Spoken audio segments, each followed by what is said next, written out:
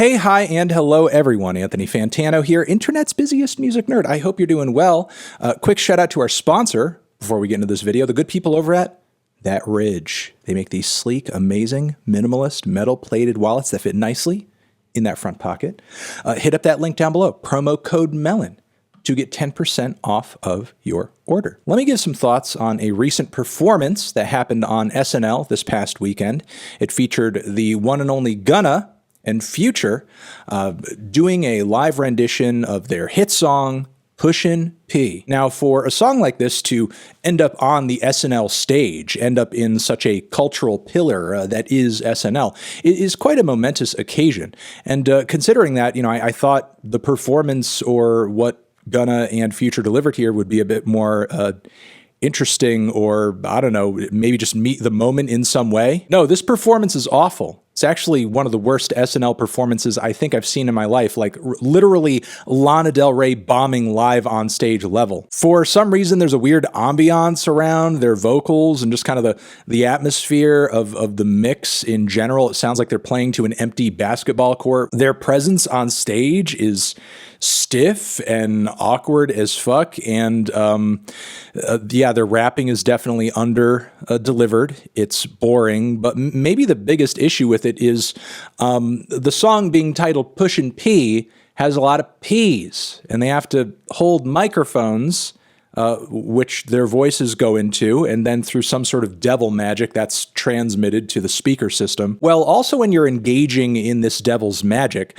you need to make sure that when you're saying P, that the air emitting from your mouth with the P is not going straight into the microphone, so that that P doesn't make a pop. I would say, in my estimation, just about 80% of the P's between Gunna and Future were popped to shit. Yeah, not only was the performance bad, the sound was awful, but there were just like these severe technical issues in terms of like the P's constantly being popped and just sounding like crud. In my opinion, this performance was by all means, really all means awful, and as a result of that, I'm just kind of surprised why there hasn't been a stronger reaction to how bad it is. And I'm sort of wondering like what that is the result of, because again, in my opinion, this is on the level of Lana's SNL performance, and that was pretty roundly criticized as being awful because it was awful. And this too was truly awful, like a severe disappointment for a song that like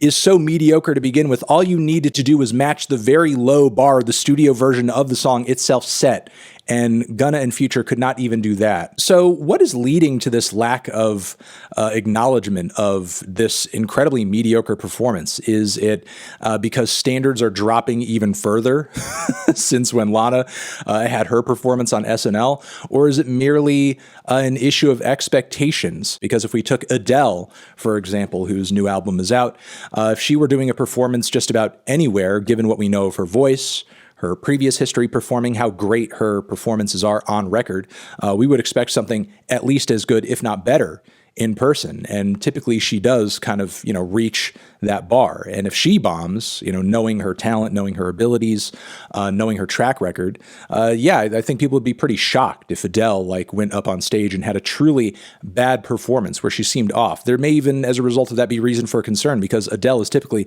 so on. But in the case of Gunna, he's just a really mediocre rapper and lyricist all around, and typically sounds boring as hell on his record. So maybe it's not really a surprise that he shows up in person for an SNL performance and also in that context sounds boring as hell. Maybe the shocker is that he found ways to sound even more boring and more disconnected. Who is sitting through this and not going to sleep? Look, I'm not trying to make some prediction here about like the downfall of music or like, oh, everything's getting worse or blah, blah, blah, blah. I'm not some fucking boomer, okay? But I will say this, like, can I at least recommend that across the board, no matter what it is that we're listening to, we expect a bit more because I think the audience deserves a bit more. For sure, audiences can be very self-centered and demanding, and I'm certainly not encouraging that mindset. I'm not telling the audience to ask for something more than what is expected to be given to them, and what is expected to be given to them, I would assume,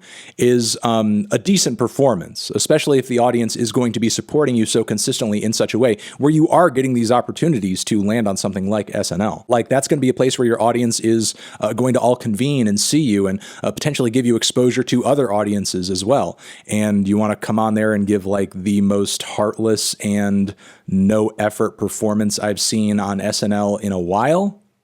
But yeah, I guess those are my thoughts on that. Do better. Do better. Over here next to my head is another video that you can check out. Hit that up or the link to subscribe to the channel. Pushin Zzzzz forever.